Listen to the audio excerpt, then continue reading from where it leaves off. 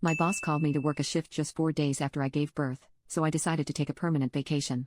My boss was the kind of boss that every employee hates. Corners were cut every possible way in order to keep overhead costs down. On top of that, he would constantly overbook on jobs, like signing contracts for 6 projects during the same week, knowing full well that he only has 5 employees, which would result in the employees often working 14-hour days or more, which really sucks when you're on salary, no overtime.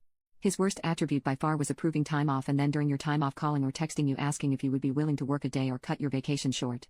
Sometimes he'd even ask you to move your time off to the next week or next month when the workload lightens up. Hint, it never lightened up due to his constant overbooking. After working at this company for 6 years, I got used to all the aforementioned annoyances. But then things changed. My son was born.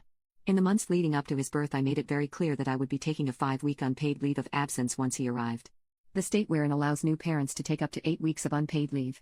I told my boss that I know 8 weeks would be a huge strain on such a small company, so I was willing to take 5 weeks, but those 5 weeks would be completely off the grid, meaning don't call me, don't text me. If you're going to ask me to do anything work related, the answer will be no, so don't bother. I'm going to be spending time with my family. He 100% agreed. Fast forward to my son's birth. He was born on a Friday and after a short stay in the NICU was released on Monday and we took him home.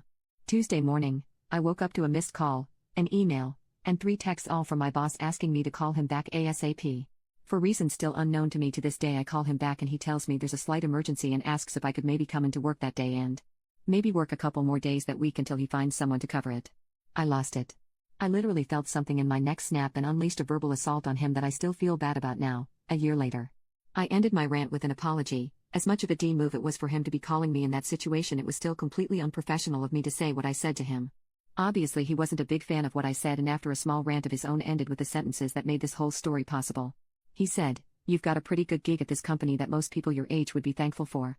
I'd be impressed if you could find a better job in this field because I've been doing this for 30 years and I know how small this industry is, and trust me, good jobs like yours don't come along very often. Think about that." So we ended the call and I did what he said. I thought about it. After thinking about it for about 30 seconds, I got out of bed, sat down in front of my computer and started looking at job postings.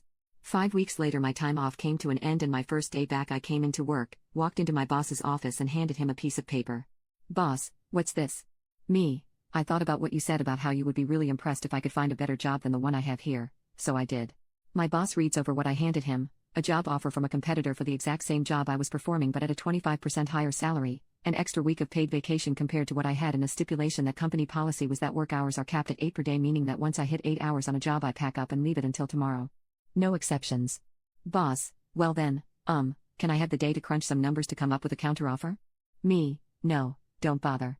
I just wanted you to see it because I know you wouldn't have believed me otherwise." Gave my 2-week notice and left for whatever job site I was on that day. That was a year ago and I could not be happier with my new job. I get to spend lots of time with my boy and that's the best job perk there is. For all you bosses and managers out there, don't fug with your employees, especially the good ones. Treat them how you'd want to be treated. Most employees don't quit their jobs, they quit their bosses.